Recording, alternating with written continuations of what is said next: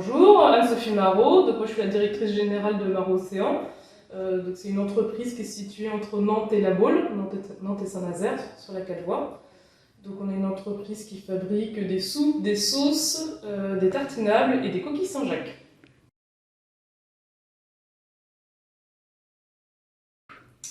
Alors on a acheté récemment plusieurs machines. On a acheté un dépalettiseur, donc un dépalettiseur de bouteilles en verre. Il fait aussi des palettiseurs de boîtes métal sur plusieurs formats, 1 litre, 50 centilitres ou par exemple sur du tartinable 130, l'équivalent de 100 grammes.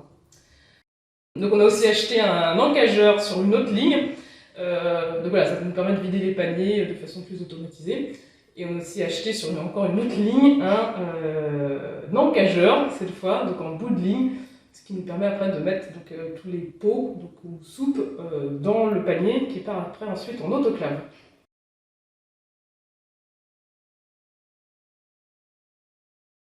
Alors ça a beaucoup amélioré le processus en termes d'efficacité en fait, parce que les gens sont beaucoup plus autonomes sur leur ligne, parce que ça leur libère du temps. Après c'est aussi d'un point de vue TMS, en fait, les troubles musculaires. Les gens sont beaucoup moins fatigués.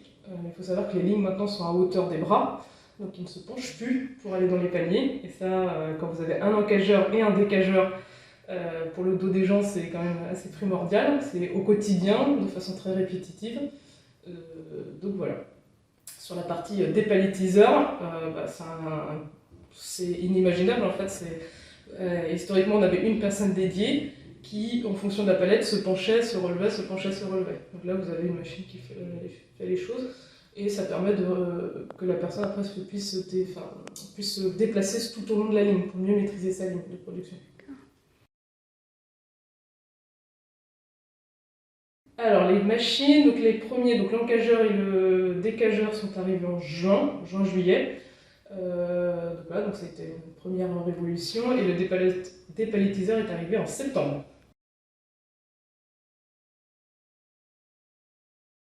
Donc sur le dépalettiseur, en gros l'équipe de Sigma Cabon est arrivée une semaine avant, même un petit peu moins, pour commencer à construire en fait la structure, ce qui ne nous a pas empêché de produire.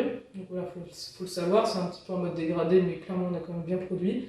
Et après on a eu 2 jours d'arrêt de production pour pouvoir vraiment enclencher le système. Après, l'équipe Sigma Cabon nous a accompagné l'équivalent d'1 semaine sur la mise en place du dépalettiseur, le fonctionnement des programmes, la mise en place des programmes. Et après, on a réussi à prendre en main la machine totalement de façon autonome. En termes de mise en place, honnêtement, on peut pas. Ça s'est très très bien passé. Après, en termes de réactivité, quand on a un souci machine ou une interrogation, on a un numéro ou par mail, on peut les contacter assez facilement. Et honnêtement, on a une réponse dans la journée, très rare, de manière générale dans la journée, voire dans les 48 heures. Donc on reste pas. Après, alors, toutes les machines Sigma Cabon, nous on peut gérer de façon manuelle en cas de problème. Donc, par exemple le dépalettiseur, on peut à côté mettre si besoin sur la ligne de façon manuelle, ce qui ne nous est pas arrivé jusqu'ici.